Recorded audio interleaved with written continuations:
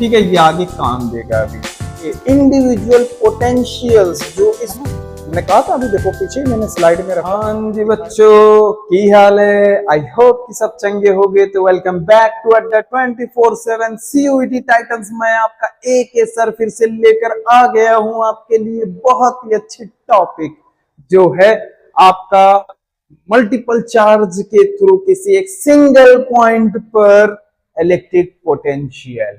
ठीक है, क्या है हमारा? मल्टीपल चार्ज के थ्रू एक सिंगल पॉइंट पर इलेक्ट्रिक पोटेंशियल, जो कि बच्चों जिसका फॉर्मूला बहुत ध्यान में रखना है आपको, और इसके छोटे छोटे कॉन्सेप्ट जो है उन्हें समझना बहुत ही जरूरी है। ठीक है, तो चलिए शुरू करते हैं। तो मेरे CUET के योद्धाओं, ध्यान देना इस चीज का कि एक सिंगल पॉइंट चार्ज के थ्रू किसी डिस्टेंस पर कोई पॉइंट है, वहां पर उस डिस्टेंस, हाँ उस पॉइंट की जो डिस्टेंस है वो स्मॉल r है, तो वहां पर इलेक्ट्रिक पोटेंशियल कितना हो गई? Electric potential due to a point charge. याद होगा ये फॉर्मूला आपको? आई होप कि याद होगा। ओके, तो मान लीजिए ये एक चार्ज है, उससे r दूरी पर एक पॉइंट है जहां पर आपको निकालना है इलेक्ट्रिक पोटेंशियल। बच्चों क्या निकालना है यहाँ पर? Electric potential. तो यहाँ का पोटेंशियल कितना होना है? इतना होना है, पता है पहले से ही आपको। ठीक है, वही चीज यहाँ पर लिखा हुआ है कि भाई इलेक्ट्रिक पोटेंशियल एक यूनिट पॉजिटिव चार्ज के थ्रू कुछ डिस्टेंस पर कितना होगा, वो इतना होगा। ओके, आई होप क्लियर हो गया होगा। ओके,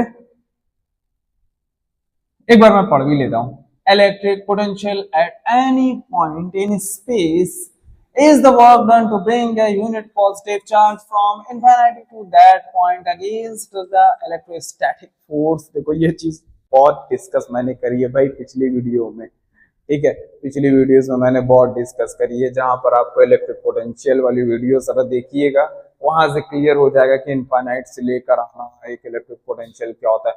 फिलहाल मैं अभी आपको यही बता दूं कि आपको क्या ध्यान में रखना है, आपको क्या याद रखना है। Electric potential due to a point charge, ये आपको याद रखना है, जिसका फॉर्मूला आपको ये है, ये रट लो। ठीक है, ये आगे काम देगा अभी।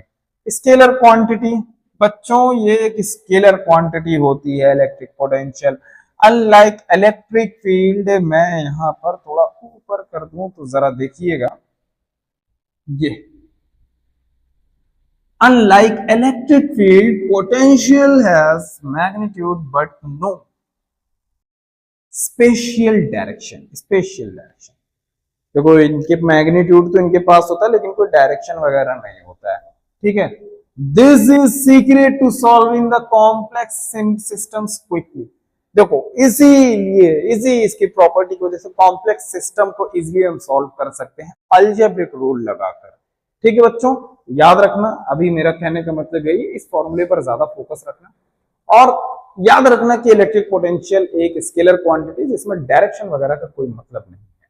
ठीक है, आप सिंपली अलजेब्रिक रूल लगा सकते हो। तो चलिए आगे बढ़ते हैं। तो मेरे CUET के योद्धाओं, ये रहा हमारा सिस्टम ऑफ मल्टीपल चार्जेस। ये सिस्टम ऑफ मल्टीपल चार्जेस है। क्या है ये? System of multiple charges. Multiple charges, हालांकि इसमें 4 चार्जेस मैंने दिखाए हैं, और भी और ढेर से होंगे, इसलिए QN कर दिया मैंने यहां पर। ओके, अब सभी चार्ज से एक पॉइंट है जिसकी डिस्टेंस पहले चार्ज से R1, दूसरे चार्ज से R2, तीसरे चार्ज से R3, चौथे चार्ज से बच्चों R3, या तो कह लो N में चार्ज, जैसे बहुत ढेर सारे ऐसे चार्ज होंगे ना। अभी तो मैंने सिर्फ 4 चार्ज यहाँ पर रिप्रेजेंट किया, इसलिए एक को मैंने QN मान लिया, उससे डिस्टेंस RN।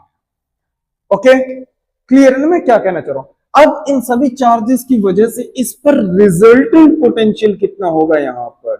तो क्या क्या हम जानना चाह रहे हैं? Resultant potential. रिजल्टेंट पोटेंशियल कितना होगा? इस वाले ने इस पर तो कुछ ना कुछ पोटेंशियल लगाया होगा, विच विल बी V1। इस वाले चार्ज ने इस पर कुछ ना कुछ पोटेंशियल लगाया होगा, विच विल बी V2। इस वाले चार्ज ने इस पर कुछ पोटेंशियल लगाया होगा, विच विल बी V3। इस वाले चार्ज ने इस पर कुछ पोटेंशियल लगाया होगा, विच विल बी Vn। जितने भी चार्ज होंगे बारी बारी सभी का इस पर पोटेंशियल। तो ओवरऑल इसका यहाँ पर पोटेंशियल कितना हो गया? अभी तो फिलहाल हमें 4 पोटेंशियल दिख रहे हैं, V1, V2, V3 and Vn, है कि नहीं बच्चों? क्लियर है? तो चलिए और भी देखते हैं। What happens to the potential at point P when it is surrounded by a complex cluster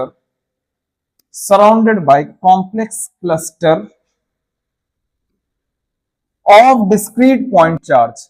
मतलब एक चार्ज है, वो चारों ओर से किससे घिरा हुआ है? अलग अलग चार्जेस से घिरा हुआ है।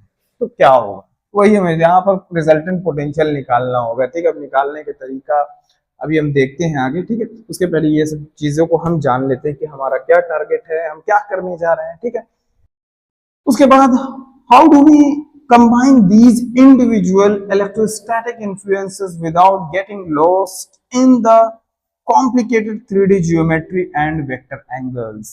ठीक है, देखो ध्यान में रखना, हम कैसे यहाँ पर मतलब एक पॉइंट चार्ज है, उस सराउंडेड है मल्टीपल चार्जेस से, या कह लो एक पॉइंट चार्ज है जो कि बहुत ढेर सारे चार्जेस से कुछ ना कुछ डिस्टेंसेस पर है, सभी चार्ज उस पर बड़ी बड़ी इलेक्ट्रिक पोटेंशियल लगा रहे हैं बच्चों।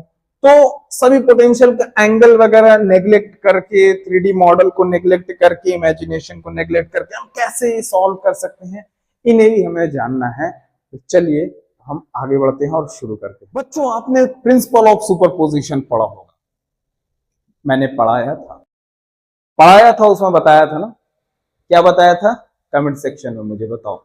ओके, अब देखिए मैं यहां पर वही चीज लेकर आया हूं, principle of superposition, but in the case of the electric potential. वहां हमारा था इलेक्ट्रिक फील्ड और इलेक्ट्रिक चार्ज या कह लो इलेक्ट्रोस्टैटिक फोर्स के केस में, है कि नहीं? यहां पर देखो the net electric potential at any point, principle of superposition क्या कहता है बच्चों यहां पर? The net electric potential at any point due to group of charges के थ्रू किसी पॉइंट पर रिजल्टेंट या नेट इलेक्ट्रिक फील्ड जो होता है is the algebraic sum of the potentials due to individual charge at that point. मतलब कि इन सभी चार्ज के इंडिविजुअल पोटेंशियल्स जो इस पॉइंट पर लग रहे हैं, उन सभी पोटेंशियल्स को सिंपली जोड़ दो, अलजेब्रिक सम कर दो उनका। अलजेब्रिक सम करने का मतलब ये है, अगर कोई चीज प्लस में है तो प्लस में ही रखो, और अगर कोई वैल्यू माइनस में है तो माइनस में ही उसे रखो। ठीक है, अलजेब्रिक सम का यही मतलब होता है। तो पहला वाला चार्ज देखिए बच्चों, प्लस वाला, पहला वाला जो चार्ज था क्या था? प्लस में था ना, इस पॉइंट पी पर कुछ ना कुछ इलेक्ट्रिक पोटेंशियल लगा रहा होगा। दूसरे चार्ज ने भी कुछ ना कुछ लगाया, तीसरे और देखिए कुछ ना कुछ लगाया, बट दूसरा और तीसरा जो है बच्चों ये निगेटिव चार्ज है। ठीक है, सभी चार्ज के, और क्यूएन ने भी कुछ ना कुछ लगाया हुआ, सभी चार्ज के थ्रू लगाए गए पोटेंशियल्स को हम सिंपली क्या कर देंगे? जोड़ देंगे बच्चों, सिंपली क्या कर देंगे? जोड़ देंगे। और सभी चार्जेस की इंडिविजुअल वैल्यूज भी तो होती है, 1/4πε0 Q अपॉन R, है कि नहीं? सभी चार्ज एक सिंगल चार्ज की तरह बिहेव करेंगे कि नहीं? एक पॉइंट चार्ज की तरह बिहेव करेंगे ना। अपने से दूर पॉइंट चार्ज, अपने से कुछ दूर पर इलेक्ट्रिक पोटेंशियल कितना देता है? उससे डिस्टेंस अगर आप जानते हैं तो आप जानते हो 1/4πε0 Q अपॉन R, है कि नहीं? सीयूईटी के पॉइंट ऑफ व्यू से देखिए हमें क्या ध्यान देना है। सीयूईटी मैट्रिक्स है, because potential is scalar, potential हम जानते हैं कि स्केलर है। Special direction does not matter, direction matter ही नहीं करता है। Add the magnitudes, simply magnitudes को ऐड कर दो, अल्जेब्रिकली ऐड करो भाई। ठीक है, keeping the mathematical signs of the charges intact, एकदम साइंस वगैरह को छुओ ही मत, जो साइन में आ रहा है प्लस में आ रहा है प्लस में रखो, माइनस में आ रहा है माइनस में। देखो इसके थ्रू लगाया गया इलेक्ट्रिक पोटेंशियल कितना होगा बच्चों? प्लस में होगा। यहां पर मैं आगे बढ़ जाता हूं पहले वाले चार्ज के थ्रू, क्योंकि प्लस में था, दूसरा वाला चार्ज माइनस में था, तो इसके साथ भी माइनस आ जाएगा और यही माइनस निकल कर आगे लग जाएगा। तीसरा वाला भी माइनस था तो इसके साथ भी माइनस में, माइनस है इस थर्ड चार्ज के साथ, तो ये भी माइनस साइन जो है बाहर आ जाएगा। ओके, तो बस यही कह रहा है, नो वेक्टर्स रिक्वायर्ड। तो यहाँ पर कोई वेक्टर की रिक्वायरमेंट है नहीं बच्चों। ध्यान रखना कि जो भी आप रखोगे values, individual potentials, individual charges के थ्रू लगाए गए पोटेंशियल जो भी रखोगे वो साइन के साथ रखोगे। ओके बच्चों, तो वही चीज मैं यहाँ पर नेक्स्ट स्लाइड में मैंने रखी हुई है कि after calculating potential for each charge independently as it other charges do not exist। मतलब कि हर एक चार्ज जो है उस पॉइंट पर, जिस पॉइंट की हम बात कर रहे हैं, जिस पॉइंट पर हमें पोटेंशियल निकालना, उस पर ऐसे पोटेंशियल लगाए कि वो नेग्लेक्ट कर दे रहा है कि आसपास उसके कोई और भी चार्ज है, कोई और भी लगा रहा है। उससे ग्रुप ऑफ चार्जेस में कोई चार्ज अगर एक पॉइंट पर पोटेंशियल लगा रहा है तो वो इफेक्ट नहीं होगा अदर चार्जेस से। ठीक है, यही कहने का मतलब है। तो जैसा कि हमने बताया कि अलग अलग चार्ज जो है अलग अलग पोटेंशियल उसी हिसाब से लगाएंगे अपने चार्ज के मैग्नीट्यूड और अपने डिस्टेंस के हिसाब से उस पॉइंट से। ओके, और साथ ही साथ में उनकी साइन भी हम रखते चलेंगे। अगर साइन माइनस में है चार्ज तो माइनस भी रखेंगे, यही माइनस। आई होप कि बच्चों क्लियर हो गया होगा। चलिए स्लाइड में अपने हम आगे बढ़ते हैं। हाँ जी मेरे सीयूटी के योद्धाओं, तो हमने अभी क्या देखा, हमने अभी ये देखा कि इंडिविजुअल चार्जेस जो है अपने अलग अलग पोटेंशियल्स उस पॉइंट पर लगा रहे हैं, है कि नहीं। तो रिजल्टेंट उस पॉइंट पर कितना पोटेंशियल होगा, वो जो सिस्टम ऑफ चार्जेस थे उस पॉइंट पर कितना रिजल्टेंट पोटेंशियल लगाएंगे। सभी बारी बारी लगाए गए पोटेंशियल्स को ऐड कर दो विद देयर साइंस, साइंस के साथ ऐड कर, जितने भी चार्जेस हैं उस पॉइंट पर जितने पोटेंशियल लगाए उन्हें ऐड करते जाओगे। मैंने डॉट डॉट कर दिया उसे। ओके, अब देखो इन सभी एक्सप्रेशंस में क्या कॉमन आपको दिख रहा है, सभी टर्म्स में क्या कॉमन दिख रहा है। 1/4πε0, इसे हमने बाहर कर दिया। ब्रैकेट में क्या रखेंगे, Q1/R1, Q2/R2। देखो Q2 माइनस में था ना, मैंने कहा था अभी, देखो पीछे ही मैंने स्लाइड में रखा, दिखाया था आपको कि दूसरा वाला और तीसरा वाला चार्ज माइनस में लिया था। ठीक है, और अगला वाला चार्ज हो सकता है प्लस में है तो उसको प्लस में ही रखेंगे, फिर उसके बाद वाला चार्ज अगर माइनस में तो फिर माइनस में रखेंगे हम। ओके, तो जो साइन उनको हम साथ में रखते हुए चले और सिंपली ऐड कर दिया, जब कॉमन किया तो हमारा ये कुछ एक्सप्रेशन बन गया बच्चों। इसको सिंपली हम कैसे रिप्रेजेंट कर सकते हैं मैथमेटिकली, जो मैथ्स पढ़े होंगे ये जानते होंगे समेशन का क्या मतलब है। पहले चार्ज से इनफाइनाइट चार्ज तक Q1/R1 है तो QI/RI हमने कर दिया और समेशन का साइन लगा दिया और इसकी लिमिट लगा दी कि ये पहले चार्ज से लेकर n चार्ज तक की बात कर रहा है, QI/RI। ठीक है, तो इसको मिक्स करके हम ऐसे लिख सकते हैं, कंबाइंड इसको मैथमेटिकली ऐसे दिखा सकते हैं। जो मैथ्स के बच्चे होंगे वो इजीली रिलेट कर पा रहे होंगे, जो बायो के बच्चे होंगे तो वो भी समझ जाओ, सिंपली हम इनको अलजेब्रिक सम कर रहे हैं, ये समेशन का साइन होता है मैथ्स। ओके बच्चों, आई होप कि क्लियर हो गया होगा बच्चों इतनी चीजें। कोई भी डाउट है तो आप पूछ सकते हैं कमेंट सेक्शन में। तो अब मैं आगे बढ़ने जा रहा हूं बच्चों, चलिए देखते हैं आगे क्या है। मेरे सीयूटी के योद्धाओं, इलेक्ट्रिक पोटेंशियल और इलेक्ट्रिक फील्ड के बीच में अब हम एक छोटा सा कंपैरिजन करेंगे, क्योंकि सीयूटी के पॉइंट ऑफ व्यू से ये थोड़ा सा इंपॉर्टेंट है। ओके, इलेक्ट्रिक पोटेंशियल की अगर हम बात करें तो इलेक्ट्रिक पोटेंशियल बच्चों हमारा होता है स्केलर क्वांटिटी, जिसमें डायरेक्शन से कोई मतलब नहीं होता है। अलजेब्रिक सम रूल को फॉलो कर सकते हो। ठीक है, और इलेक्ट्रिक फील्ड की बात करें तो यहाँ डायरेक्शन होता है। इलेक्ट्रिक फील्ड की डायरेक्शन हमेशा पॉजिटिव टू नेगेटिव चार्ज की ओर होती है कि नहीं बच्चों। हाँ, याद रखिएगा। अलजेब्रिक सम सिंपली अरिथमेटिक, मतलब अलजेब्रिक सम रूल लगा सकते हो, जैसा कि अभी हमने बताया अलजेब्रिक सम रूल तो लगा सकते हो इलेक्ट्रिक पोटेंशियल के केस में, मतलब सिंपली इलेक्ट्रिक पोटेंशियल को ऐड कर सकते हो। लेकिन इलेक्ट्रिक फील्ड को ऐड करने के लिए आपको वेक्टर रूल्स को फॉलो करना पड़ेगा। वेक्टर के क्या रूल्स है, क्लास 11 की फिजिक्स से ही। ओके, तो वेक्टर सम रूल को आपको फॉलो करना पड़ेगा। ये क्या है, पैरेललोग्राम लॉ हो गया, रिजोल्यूशन ऑफ द कंपोनेंट्स हो गया, इन सब चीजों का ध्यान देना। ठीक है, ये सब क्लास 11 की फिजिक्स से है बच्चों। क्लास 11 में आपने फिजिक्स देखी होगी तो जाने होंगे आप ये क्या है वेक्टर सम, वेक्टर रूल्स क्या होते हैं, वेक्टर लॉस क्या होते हैं। चार्जेस की अगर हम बात करें, charges science plus minus must be put directly in the formula, मतलब आप जो भी कैलकुलेशन कर रहे हो प्लस माइनस का साइन रखना है। यही होता है स्केलर रूल कि आपको स्ट्रिक्टली रखना है।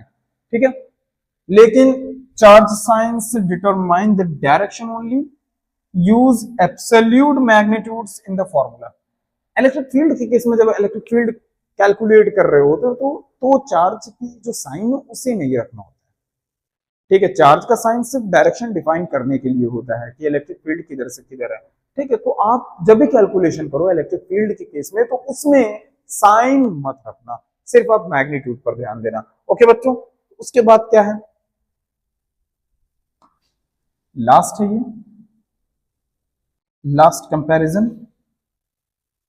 Independent of special angles between the charges, मतलब कि बच्चों सिस्टम ऑफ चार्जेस था ना, जैसा कि अभी हमने लास्ट में देखा प्रिंसिपल ऑफ सुपरपोजिशन ही तो ये टॉपिक है, थोड़ी देर पहले हमने देखा सिस्टम ऑफ चार्जेस था, उसमें इस पॉइंट से जो अलग अलग चार्जेस थे वो इस पॉइंट से बनाए गए एंगल, हॉरिजॉन्टल से या वर्टिकल से बनाए गए एंगल से कंप्लीटली इंडिपेंडेंट है, एंगल मैटर ही नहीं करता है कि नहीं। लेकिन यहाँ पर highly dependent on the spatial angles cos और साइन, लेकिन इलेक्ट्रिक फील्ड मैटर करता है, जिसमें बच्चों डायरेक्शन है वहां sine theta cos theta angle वगैरह मिलेगा, वेक्टर क्वांटिटीज में एंगल मिलने ही आपको।